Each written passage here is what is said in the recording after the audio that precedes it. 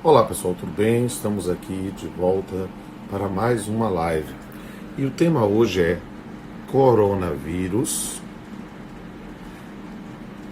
e reconstrução da justiça do trabalho. E eu vou ter a oportunidade de conversar com um dos colegas que eu mais admiro no país, né? Um juiz do trabalho, um professor encantador e um grande amigo. Ele já está aqui. Vamos lá. Senhoras e senhores, com vocês, o professor e magistrado Otávio Calvé. Olha ele aqui. Olá, E aí, querido Rodolfo, Calvé, como você tudo está? bom? Tudo bem? Estamos Maravilha. aqui, marcamos essa live, dizemos que íamos fazer, estamos aqui, firme e forte, nesse período de isolamento, e É eu isso aí. aprendi que nesse mundo aqui, a gente tem uma netiqueta inicial, né, que quando a gente começa uma live, o anfitrião tem que começar a ficar falando, porque aí saem as mensagens, e aí comunica a todo mundo que a gente já está online, né? Isso E aí. nessa sexta-feira, sextou, né? Sextou já com Sextou. novidades do governo federal, né? Então Uhum. aí já estamos aí também com a oportunidade de bater um papo sobre algo que é um lugar de fala muito nosso, né? Falar sobre a justiça do trabalho dentro dessa perspectiva de sua novo papel, o seu protagonismo, a retomada de um protagonismo, ou como você gostou de botar lá no título, uma reconstrução da justiça do trabalho pós-pandemia, pós-isolamento presencial. Então, nessa abertura, eu quero registrar aqui que esse tema me é muito caro, muito querido, né? E como é muito querido o meu interlocutor nessa tarde. E como eu disse, Otávio Amaral Calvé, é um dos grandes professores, um dos grandes magistrados da Justiça do Trabalho brasileira, sem sombra de dúvida, alguém que tem uma liderança associativa também, e é um cara muito gente boa. E aí a gente tem a oportunidade de conversar com ele, trocar experiências, a gente sempre é amigo, confidente, troca várias ideias sobre perspectivas de vida. E aí, quando ele disse, Pamplona, vamos fazer outra live? Eu digo, vamos fazer uma live direto. Ele já tinha feito lives lá no quarteto, lá com o SES, mas vamos fazer uma live nossa? Eu digo, vamos fazer sim, porque eu confesso, Calvé, numa maratona de lives. Essa aqui Tô que nós vendo. temos é minha 132ª Uau. live. Então, são 132 lives com cursos virtuais, seminários, esse tipo de coisa. E aí eu estou, na verdade, agora já entrando quase numa ressaca de lives, né? E tentando diminuir o número até para poder sobreviver, né? Então, estou tentando fazer uma ou duas por dia. Hoje não tinha nenhuma, era o momento para eu descansar, mas para abrir um espaço para o meu amigo Calvé, eu disse, não tem conversa. Para Calvé, a gente faz sacrifício. Eu quero registrar aqui publicamente para todo mundo que está nos assistindo, que está entrando aqui agora, a minha admiração, pedindo a todos que sigam Otávio Calvé aqui no Instagram. Quero ver o Instagram dele bombado. Vou perguntar para ele lá, daqui a 2 dias, quantos seguidores ele ganhou depois dessa live.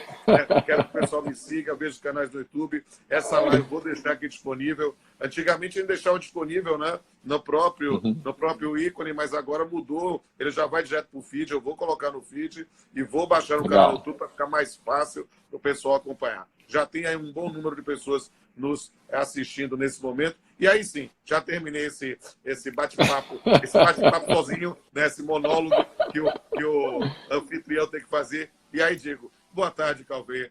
Que bom Boa estar com você. tarde. A palavra é sua. Pô, Rodolfo, eu fico assim muito feliz de poder te encontrar, pelo menos um pouquinho aqui virtualmente, né? Nossa amizade de muitos anos, dá saudade de, poxa, era para eu estar indo aí na Faculdade Baiana por esses dias, né? Que Verdade. era a minha aula marcada, deu uma pena de não poder viajar. E assim, da mesma forma que você fala de mim, eu falo de você em dobro. Você é um ícone para todos nós e mais, né? Você é um dos meus padrinhos, assim, porque quando eu comecei a querer dar aula, você já era o Rodolfo Pamplona. E eu me lembro que o primeiro livrinho que eu escrevi, eu fui aí te entregar, assim, Eu vou né? levar Poxa, lá no dá apartamento uma que eu tinha. lidinha. Isso. Isso, não, foi Quando tiver um exemplo, tempinho cara. aí, é isso aí. E eu era um cara que não estava acostumado a receber pessoas em minha casa, eu sempre fui nesse ponto da parte privada muito restrito. E aí, nesse ponto, Uhum. realmente foi um prazer te fazer iniciar ali Pô, uma amizade que já tem, a gente pode confessar, mais de 2 décadas, então realmente é já. um prazer estar aqui com você, querido. E aí, Igualmente, igualmente, Rodolfo. vamos bater esse papo sobre reconstrução do seu trabalho.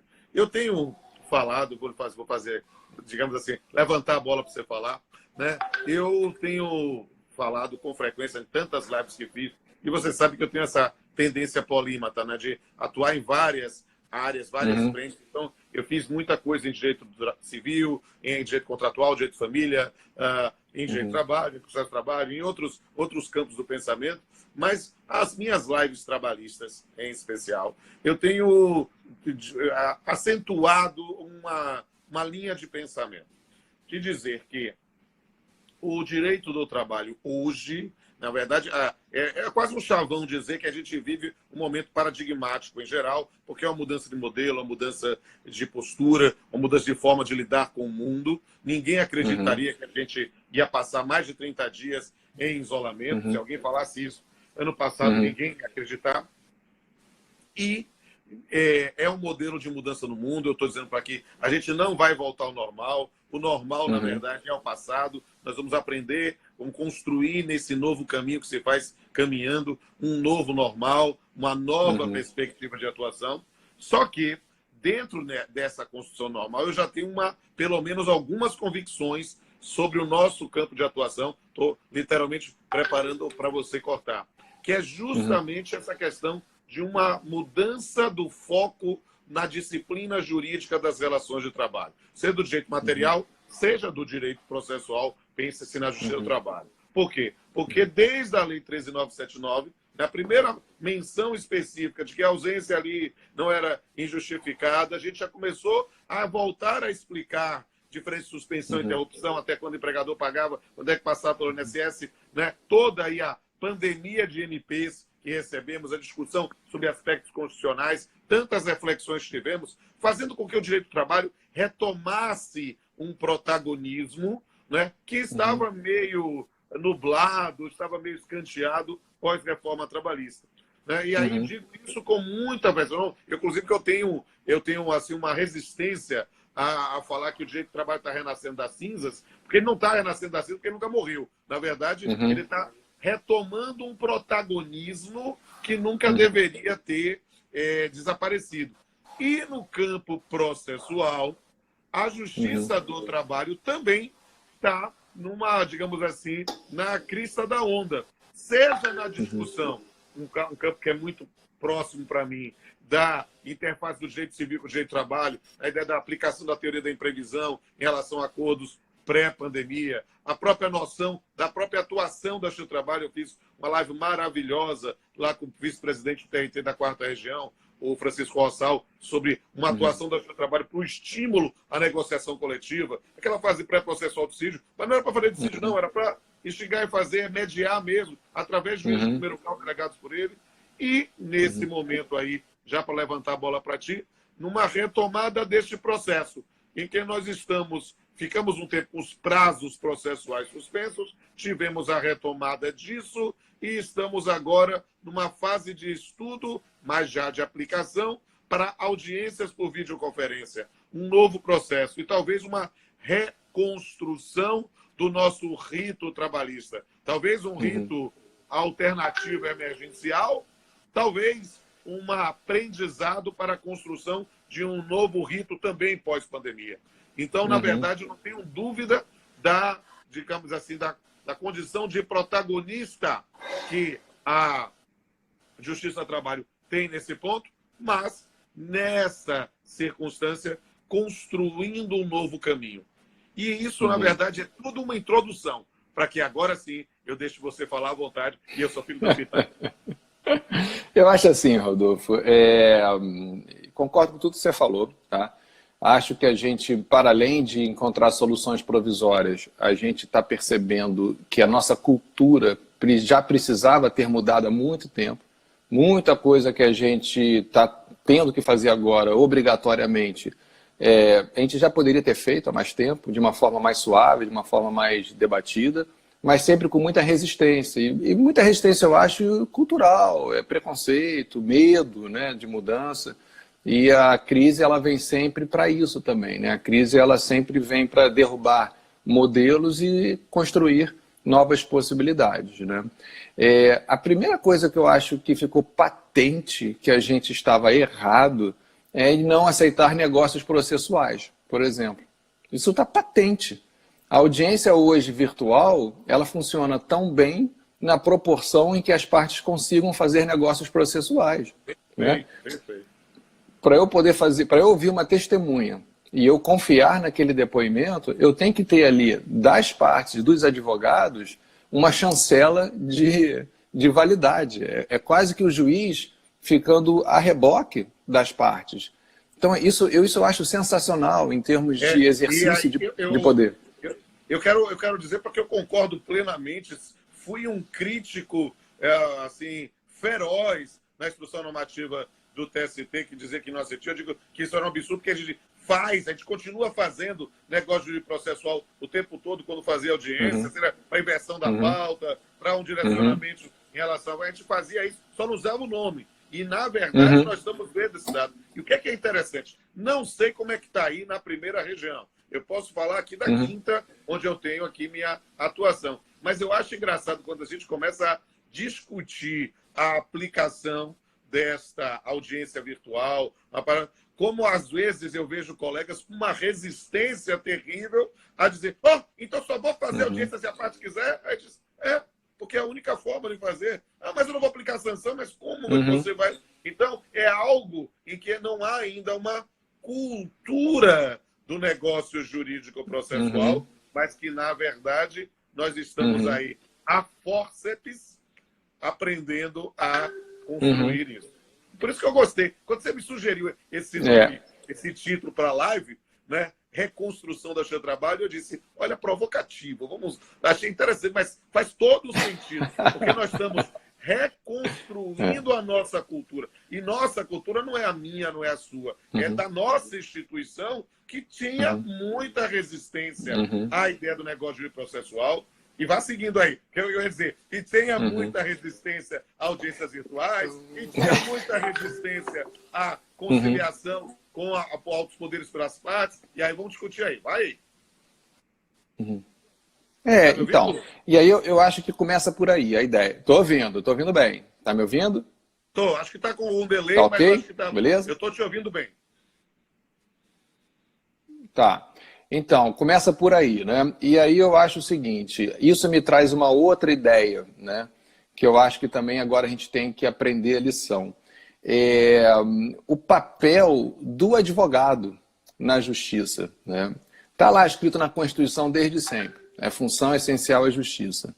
Mas eu acho que esse momento mostra pra gente, como nunca, que sem um advogado bom, sem um advogado que atua com ética, sem um advogado que atua no sentido de buscar uma solução, né, e de forma cooperativa, a gente não consegue também chegar muito longe. Então, veja, a cultura que está aparecendo agora é mais uma cultura dos próprios atores sociais, né, se empoderarem, né, deles conduzirem o seu processo, e o juiz ser uma espécie de facilitador da decisão final, né? Por isso que os nossos colegas estão com uma certa dificuldade. Mas espera aí, eu não posso punir, eu vou intimar para a audiência e não posso fazer nada, não posso dizer que... Né? Isso então, é muito interessante. E eu digo, querido Calvê, eu estou sentindo que ele está com um pequeno delay. Eu falo e demora um pouquinho, mas vá tranquilo, eu me adapto rápido. Então, o que é que está acontecendo?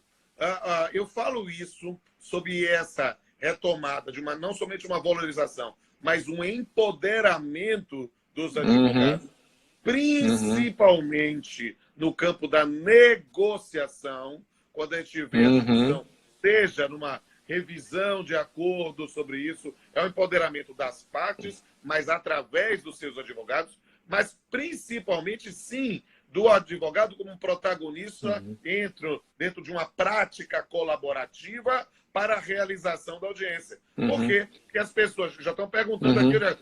Se as partes não concordarem, se uma das partes não concordar para ter audiência, não tem audiência de instrução, não tem audiência de instrução, porque nós estamos vivendo uma situação efetivamente excepcional e que a gente está buscando uma alternativa para resolver a situação. Ora, se a gente ainda... Porque qual é o grande temor, muitas vezes, da advocacia? O cara diz lá, olha, eu não sei, eu estou preocupado com a testemunha, se vai ter a comunicação entre elas, se vai ter algum dado, eu não confio, eu não sei, eu não... Então, o que é que acontece? Não faz audiência.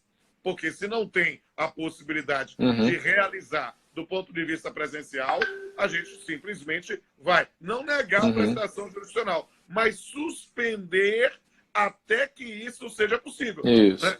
E não sabemos quando será, porque eu não tenho a menor dúvida. Se alguém saísse, sei lá, no Jornal Nacional hoje, acabou o coronavírus, tem a vacina, está tudo resolvido, a gente ainda ia passar um bom tempo com medo das aglomerações, com medo de se lidar com outras pessoas. Por quê? Porque ninguém quer brincar com a vida. Algumas pessoas acham que é só uma gripezinha, mas a gente precisa entender que ninguém, em sã consciência, quer arriscar a sua vida.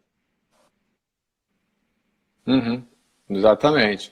E aí, assim, eu até estou vendo aqui uns comentários interessantes, né? De se os juízes abririam mão do protagonismo, né? Eu acho que é aquilo que a gente está falando, da questão cultural, né? Agora, assim, a audiência, né, só para complementar a ideia, a audiência virtual, eu gosto sempre de ressaltar, tá?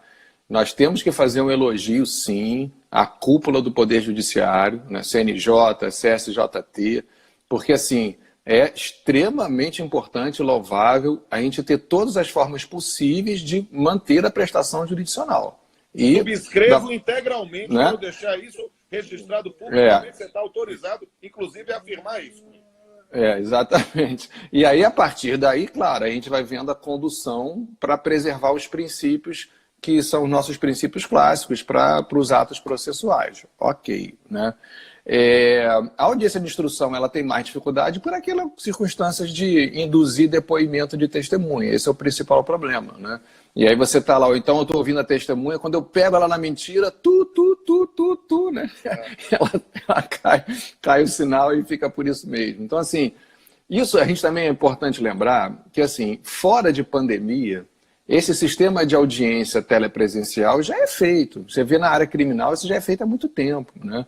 Então, assim, me parece que o sistema mais tranquilo seria a gente ter uma sala de audiências no tribunal, onde qualquer testemunha possa depor com um servidor lá olhando para ver se está incomunicável, né? Para ver se não teve nenhum tipo de mácula e aos princípios do processo. Então, a gente está numa situação excepcionalíssima, né? Na fase pré-pandemia, o TRT da Quinta tem exatamente isso. Nós temos aqui na Quinta Região uma sala em cada uma das sedes do juízo para evitar carta precatória entre a própria Quinta Região. E aí, onde você quer, marca a audiência, o indivíduo comparece à vara mais próxima do seu domicílio e lá ele depõe na frente de um servidor, né? Que nesse momento acompanha o depoimento. Acompanha, certifica. Então, a nossa realidade pré-pandemia é assim. O problema vai ser ou dessa fase de isolamento, né? E aqui, nesse momento de pandemia, a gente tem que trabalhar com um valor que eu sei que o Rodolfo estuda muito do direito civil, que a gente aplica pouco na área trabalhista, que é a boa-fé, né? O boa-fé então, assim, sem sombra de dúvida. A presunção é essa, né? Então, assim, caiu o sinal da audiência, eu não vou presumir que o sujeito desligou de propósito, né? Eu vou suspender o ato e vamos remarcar a audiência. É a presunção de boa-fé, mas eu também acho importante lembrar o seguinte: se porventura no futuro ficar provado o contrário, aí também a gente tem que ser rígido, né? A gente tem que ser muito rígido. Quem abusar da boa-fé nesse momento precisa sofrer as punições adequadas em dobro, a meu ver, né? Enfim. Exatamente. Eu sigo literalmente, impressionante como é que é afinado. É verdade, porque para mim a questão é justamente essa. Eu vou ter, o que é que nós vamos ter? A gente não sei qual é o sistema que o TRT da primeira está usando. A gente está usando aqui o Google Meeting, né? No Google Meeting, a gente vai ter o quê? A gente vai ter uma gravação da audiência. A testemunha afirmou alguma coisa contrário a quem o trouxe. Vai ter a gravação lá. Se logo depois cair o sinal de alguma forma proposital, a gente não vai fazer mais. O que ela afirmou até aquele momento está ali registrado. Então, isso exatamente. Tudo será usado eventualmente para a parte numa eventual alegação. Porque aí, para mim, é sem sombra de dúvida um elemento que pode servir até para rescisória posteriormente, demonstrando essa circunstância da mentira deduzida em juízo, né? Sim, sim. Cariação. Discute. E dá para fazer uma cariação com a testemunha com ela mesma, né? O depoimento. Exatamente. Depois você marca presencial. Verdade, e aí? A senhora falou isso. A senhora quer dizer que a senhora falou. A senhora não confirma o que a senhora falou, é a testemunha que perde total credibilidade, né? E aí, é isso aí. Mentir, cara, é uma das coisas assim. Sabe uma das coisas que a gente pode até brincar, dizer que é uma das mudanças também de visão pré-pandemia para hoje? Saindo um pouco da área processual para ir para a área da estrutura judiciária, a nossa atuação em lives. Perceba que havia uma resistência brutal aos juízes que usavam redes sociais, né? E a gente está utilizando isso de forma idônea para servir a sociedade, fazendo esclarecimentos, os juízes que atuam como professores, mas juízes que não atuam como professores também, fazendo esclarecimentos sobre isso. Isso tem sido uma mudança de modelo, de paradigma, que vai ter que ser repensado posteriormente. Mas voltando aqui à testemunha que a gente vai fazer a cariação com ela mesmo, perceba, eu não tenho problema de admitir como magistrado que, quando eu faço uma análise de ônus da prova e uma parte que me traz uma testemunha, essa testemunha depõe contra quem o trouxe, ela tem uma credibilidade que vai nas alturas. Sim. Mesmo que depois ela diga, não, eu não queria dizer aquilo outro, mas me disse. E isso aqui não vai ser desprezado, sendo algo dentro do conjunto probatório considerado razoável, plausível, eu não tenho a menor dúvida em dar mais valor ao que disse primeiro do que disse depois. Sem dúvida, sem dúvida. Concordo também. E aí, assim, você tinha falado antes na questão das negociações, dos acordos, né? E aí eu acho que é uma outra coisa também que a gente vai reconstruir a partir de agora, né? Querendo ou não, tá? Não vamos entrar na discussão política, porque quando joga política no direito do trabalho, a gente eu não me agrado também. A gente puxa o freio de mão e ninguém anda, né?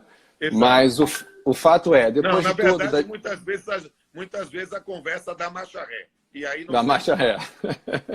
Mas o fato é, depois das MPs, depois das decisões do Supremo, a gente teve lá a validade dos acordos individuais, né? Ponto. Né? E aí onde é que eu quero chegar? Né? Isso também vai mexer com a nossa cultura. Né? Não que eu ache que as MPs vão se perpetuar, eu não tenho esse medo. Eu não acho que vai sair uma lei dizendo agora é eternamente e tal. Não é isso. Né? Mas isso mostrou para a gente que há um espaço para negociação, né? Porque a área trabalhista ela é totalmente refratária a qualquer tipo de exercício de manifestação de vontade pelo próprio interessado, né? E aí a gente tem uma cultura nossa, como juízes, muito intervencionista, né? De não permitir, de não deixar e etc. E que eu acho que pode ser também um rescaldo disso tudo é o seguinte: algo que a MP 905, que acabou não sendo apreciada no Senado, né, porque revogou lá no último dia, trazia num artiguinho que foi introduzido por emenda posterior, que é a possibilidade de acordo individual entre empregado e empregador para resolver litígios, com o advogado, olha de novo o advogado aí protagonista, mais acordo extrajudicial em cartório, sem intervenção do Poder Judiciário. Isso, gente, assim, eu venho falando isso há anos, né? Não vou entrar aqui de novo na questão esquerda, direita, política, não é isso, mas a gente está falando de tendências, né? é uma tendência que está sendo construída há muito tempo e que agora quase passou e pouca gente comentou, reparou? É verdade. Pouca gente... E foi no último dia, assim, não foi por um diazinho que isso não passa a existir na área trabalhista. Então, eu acho que... O que eu tiro disso tudo? Né? O que eu tiro disso tudo é o seguinte: no campo do direito material também está na hora da gente empoderar advogados. Os advogados terem um protagonismo de assistir os seus clientes, de aconselhar o seu cliente. Né? E isso mexe com a cultura. Então, por exemplo, vamos falar do que acontece normalmente, Rodolfo. Eu e você somos juízes há mais de 20 anos. Né? E o que é o normal quando chega um acordo assinado pelos advogados e para o juiz homologar? Aqui no Rio, normal é não homologar. É querer marcar uma audiência para conversar com o reclamante, né? Para ver se o reclamante não está sendo enganado pelo seu advogado. Isso. Não é assim? Para pensar nisso. Vamos esquecer, agora vamos parar para pensar nisso. Né? Um advogado formado, inscrito na OAB, né, com poderes para fazer isso passado pelo cliente, a gente simplesmente não reconhece esse poder do advogado. Não vou criticar os colegas, porque quem está na estrada há muitos anos já pegou fraude de todo jeito. Né? É verdade. Mas assim, está na hora da gente não ter mais tolerância com aqueles colegas, aqueles profissionais que usaram esses poderes para o mal, né? Que usaram para a fraude. É a mesma história, né? De buscar... Eu diria assim, na verdade, credibilidade não se outorga por decreto. E honra é como virgindade, só se pede uma vez. Um advogado que faz esse tipo de postura, né, que tem esse tipo de postura, precisa ser excluído da advocacia. E a gente sabe que, lamentavelmente, em qualquer atividade, magistratura não é isso, você vai ter bons e maus elementos. E é nesse ponto que é preciso se extirpar. Eu entendo perfeitamente eu até, digamos assim, eu concordo com você, mas eu até sou mais condescendente e compreendo mais os colegas nessa resistência. Justamente porque a gente tem ainda, lamentavelmente, nesses rincões do país, uma cultura de casa grande e senzala, né, em que o indivíduo, quando é contratado, já assina uma quantidade enorme de papel em branco. Né? Papel em branco que vira, no final das contas, o pedido de demissão dele, que vira lá uma assinatura no TRCT, que ainda vai ser preenchida a posteriori. Então, na verdade, há todo um sistema complicado. Eu me lembro que, como juiz mesmo, numa inspeção judicial que eu fiz numa determinada empresa, eu achei um armário que estava cheio de formulários assinados em branco pelos empregados. Quer dizer, é uma situação muito complexa, muito complicada. E esse tipo de tolerância a esse tipo de postura é algo que deve ser combatido principalmente pela OAB, né? Que Exatamente. É a maior fiscalizadora nesse ponto. Tem que ser ela a maior fiscalizadora, porque é a credibilidade do profissional da advocacia. Então, entendo perfeitamente, não é razoável aceitar que a gente desconfie do advogado, mas nessas circunstâncias, demonstrada uma situação dessa, a mão tem que pesar muito. Tem que pesar muito. Muito. Por quê? Porque é uma situação que depõe justamente contra a imensa maioria de advogados éticos que a gente tem.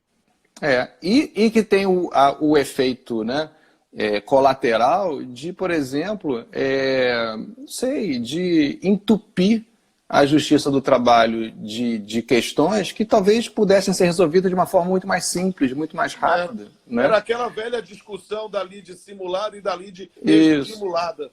Né? Exatamente. Na verdade, a homologação do acordo extrajudicial, ela veio pela reforma trabalhista justamente para suprir ou sanar aquelas situações que no passado eram de lides ou simuladas ou estimuladas. Mas nós, não sei se você já parou para refletir sobre a previsão específica da homologação do acordo extrajudicial. Há coisas ali que, digamos assim, o ato do cachimbo deixa a boca torta e tem sempre alguma coisa. Você já parou para perceber que no acordo extrajudicial já há ali um indício de que aquilo ali é alguma coisa que não pode ser correta, quando ele diz que não abre mão da multa pelo atraso? Gente, não é conciliação? Como é que está no texto da lei que as partes estão negociando, mas não pode abrir mão da multa pelo atraso? Eu não entendi por quê. Pode abrir mão de outras coisas. É estranho. Pode abrir mão de tudo, né? Pode abrir mão de dano moral, de não sei o que, mas multa não. Mas eu acho que assim, eu acho que é uma interpretação aí que para mim não vincula, mas que eu acho que é o famoso explica, mas não justifica, né? Exatamente. Que é uma questão histórica, né? Assim, eu acho que o legislador teve o seguinte cuidado: olha, não é para pagar rescisão esse negócio, não, tá?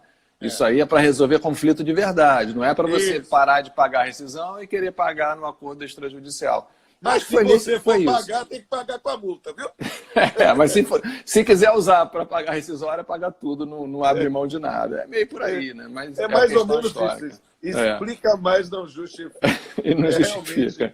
É um dado. E aí eu acho interessante, Rodolfo, quando a gente vai para o campo aí já, né, do direito material, a gente também perceber que a pandemia ela mostrou assim chagas da nossa sociedade que, na verdade, a gente sempre conheceu, mas que a gente já estava num nível de tolerância também tal, que é meio que, sei lá, não sei se você viu aquele filme do Woody Allen, Blue Jasmine, que ela tem, ela olha para o lado, né? Ela finge que não está acontecendo nada ali.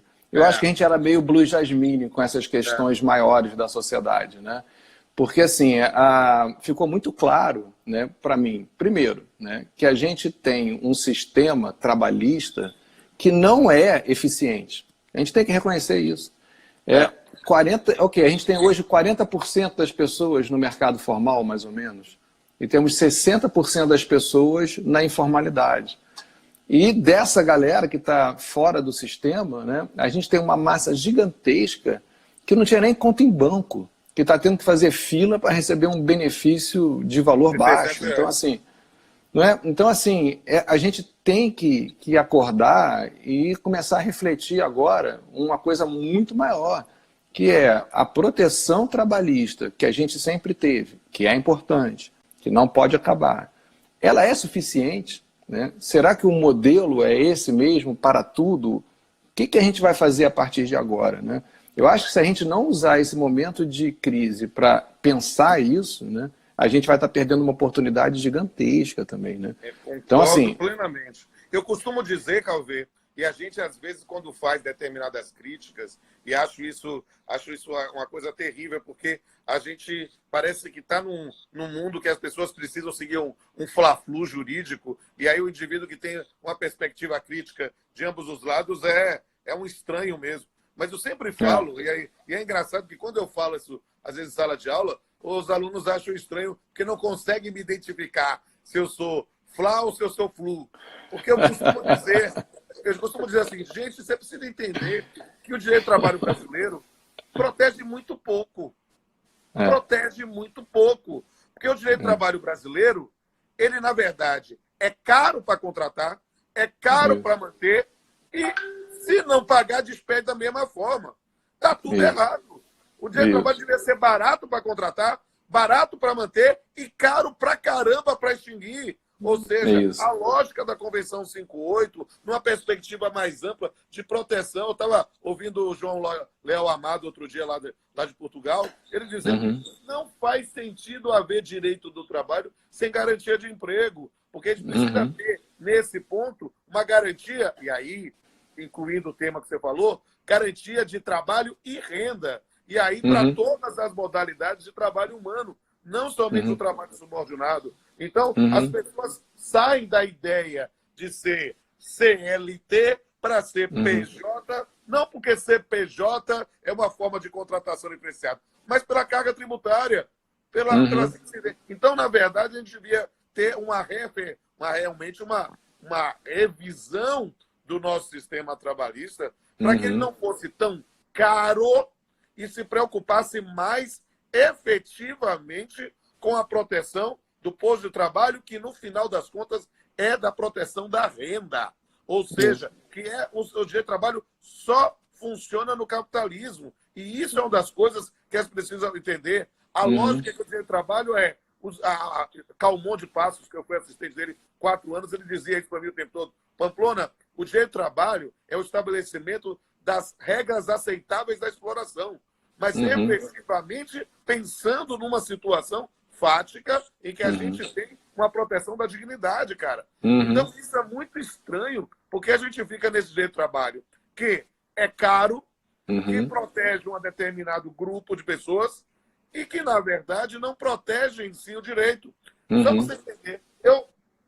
E você testemunha disso, presencial, ainda que virtual, né?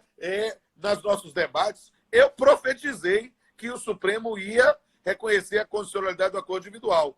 Eu disse, vai ser mesmo. Seja para o fundamento de um jeito de trabalho da crise, jeito de trabalho de exceção. Eu fiz lá toda a minha construção para tentar pensar que era uma flexibilidade da jornada tempo parcial. Fiz toda aquela minha ideia de tentar otimizar, porque por causa de uma presunção de constitucionalidade da norma e tentar resolver, porque era uma situação temporária.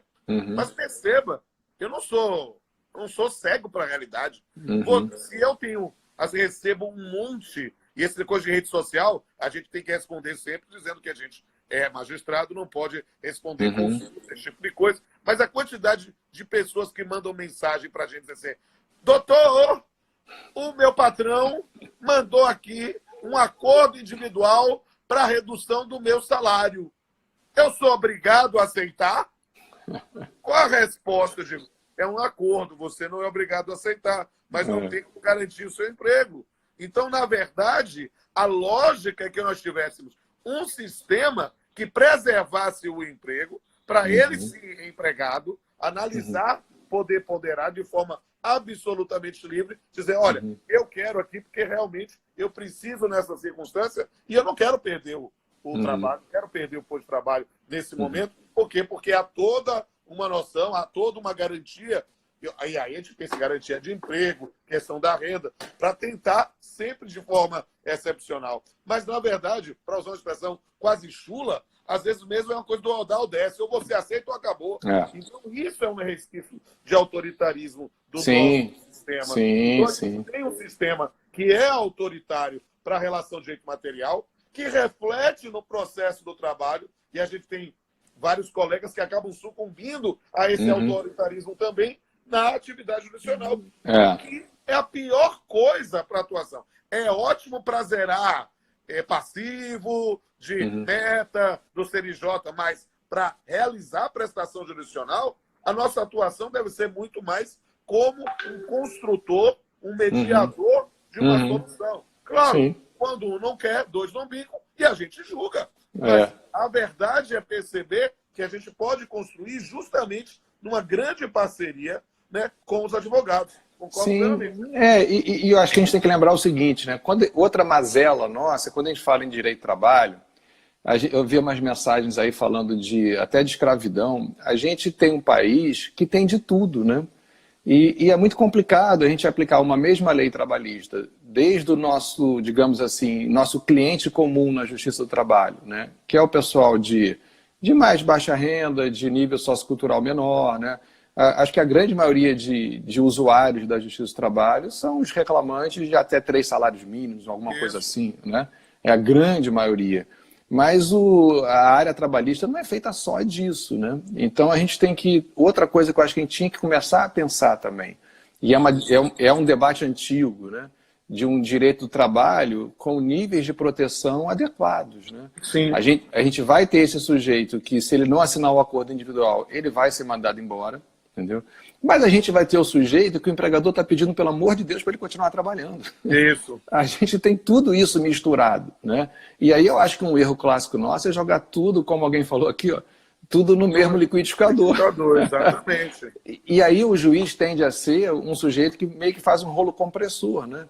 Você faz uma audiência de um sujeito semi-analfabeto, ganhando o salário mínimo, e a audiência seguinte é um cara que ganha 20 mil reais, diretor da empresa, que eu me sinto até um idiota de perguntar, você sabe o que você está fazendo? Quantas verbas rescisórias? Pô, o cara às vezes é o CEO financeiro. Eu pergunto, mas você tem certeza de que com aviso prévio você quer abrir mão? Sabe? Pelo amor de Deus. O cara já deu a volta na gente 3 vezes, na audiência, você não sabe nem o que está acontecendo ali direito, entendeu? Então, assim, é outra mazela nossa, né? O direito do trabalho ser aplicado em bloco. Então, é o direito do trabalho. Claro. Talvez um voto de esperança nisso. É claro que a esperança é o único direito verdadeiramente inalienável. Eu sempre repito isso. A esperança é a menina de olhos verdes do poema de Mário Quintana. Eu gosto muito dessa ideia. E eu acho que nesse novo processo, ainda que nesse rito emergencial, a gente vai voltar a algum tipo, a gente vai ter realmente um campo de empoderamento muito maior e valorização da atividade do advogado, mas parece-nos que a gente vai buscar uma solução talvez mais artesanal em muitos casos. Por quê? Porque não vai dar mais para fazer aquela audiência com Ctrl+C, Ctrl+V. A gente vai realmente fazer audiências artesanais. Eu já mandei, inclusive, olha, gente, vou fazer pauta de segunda a sexta, mas vou diminuir o número de processos para a gente poder ter um mínimo aí de prestação de cuidado. Vamos tentar ver o que é que a gente vai conseguir para resolver isso. Não adianta você meter 4, 5, 10 instruções numa pauta que não vai fluir. A gente tem que ir, talvez, de um em um, tentando descobrir, já que tudo vai depender da colaboração das partes.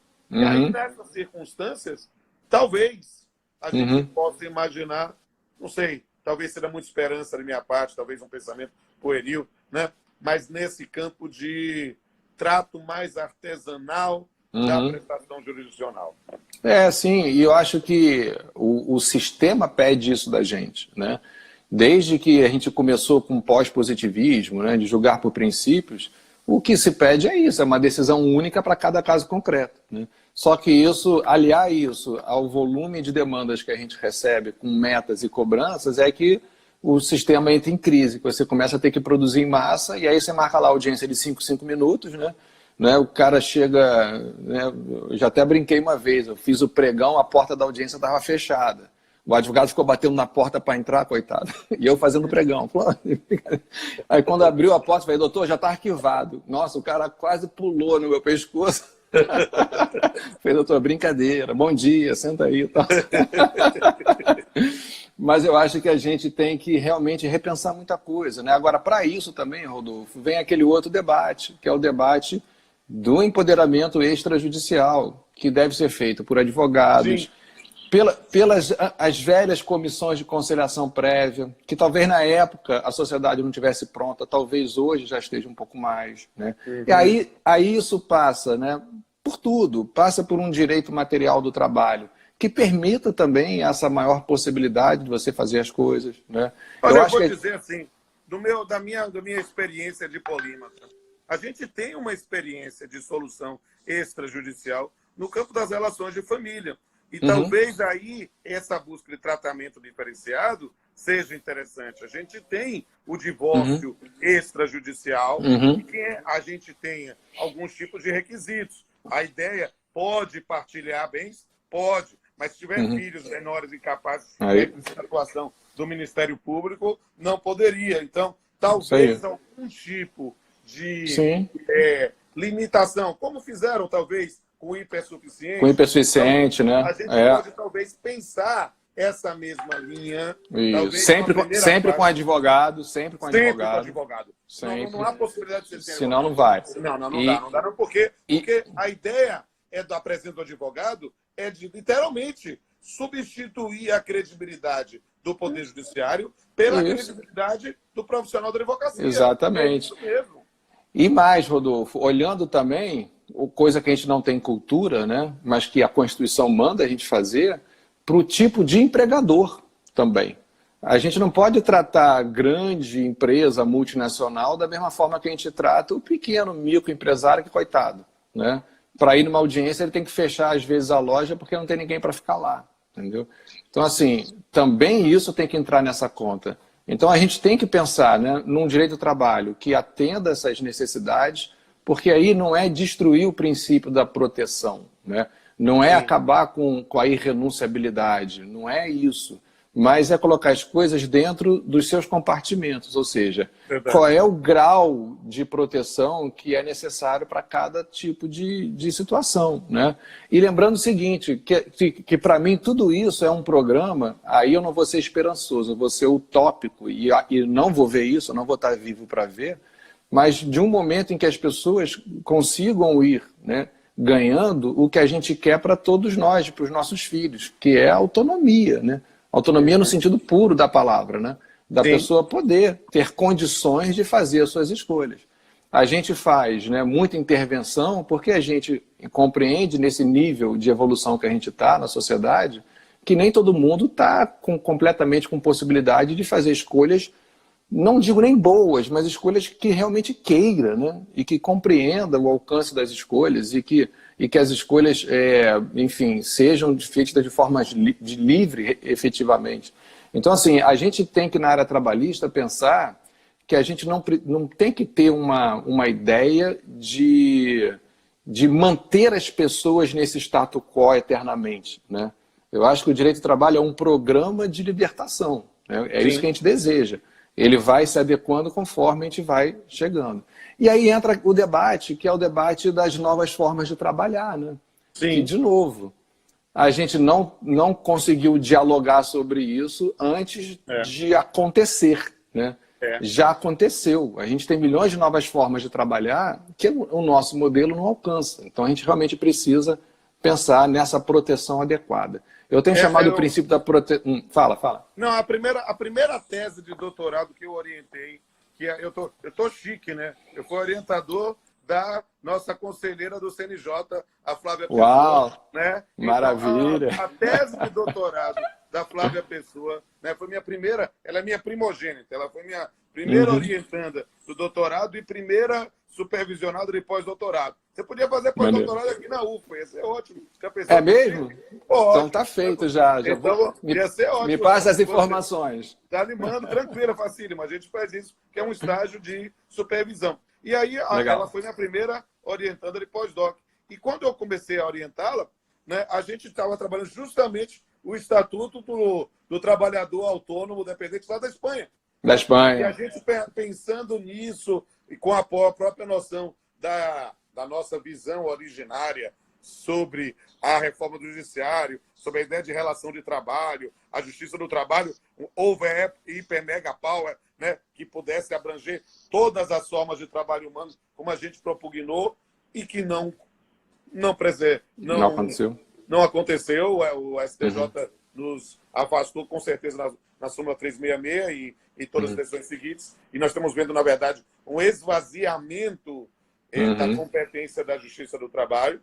Mas a gente talvez, e aí eu quero talvez dizer, reflexões da pandemia, talvez nós devamos voltar à ordem do dia, ordem do dia, na discussão de novas formas ou formas de proteção de outras formas de trabalho, que não a Uhum. relação de trabalho subordinado, que não a relação de emprego, e Uhum. isto ser objeto de tutela pela Justiça do Trabalho. O problema é Sim, que quando as pessoas ficam nesse código binário de ou é relação de emprego CLT, proteção do artigo 7º, ou é o ou inferno, nada. É. aí não dá. Aí é É. difícil você falar em tutela da dignidade, das relações de trabalho lato sensu, se Uhum. tudo que é reservado com proteção da dignidade se reserva a uma modalidade. Aí o Isso. raciocínio seria contraditório. Aí vem a questão cultural, né? Da gente aceitar uma regulamentação que não seja a CLT, né? Sim, Isso aí é uma questão cultural imensa, né? Mas que já passou o momento. Porque se a gente deixar para discutir na justiça, se, por exemplo, o pessoal que trabalha em plataformas, né, Uber, se tem vínculo ou não, quando acabar essa discussão, já não existe mais esse tipo de serviço. A sociedade hoje é muito rápida, né? Então, assim, daqui a 15 anos, quando pacificar isso, já era, já não é mais tão importante, entendeu? Então, é, assim, para os nossos a alunos, gente... chega a ser engraçado que quando a gente está falando de prova de amizade em rede social, né, as pessoas acham precedentes com o Orkut, que nem existe mais. Então, o que Pois é que é. acontece? Quando a questão efetivamente, em tantas discussões sobre Uber, iFoods e entre outras modalidades de prestação de serviço, se tem ou se não tem vínculo empregatício, até isso chegar a uma manifestação do Supremo Tribunal Federal com um efeito vinculante. O indivíduo talvez já tenha uma outra forma de plataforma. E já era. Ou seja, a gente fica discutindo e aí, nessa circunstância, de ou tudo ou nada. E a gente tem que imaginar que é preciso sim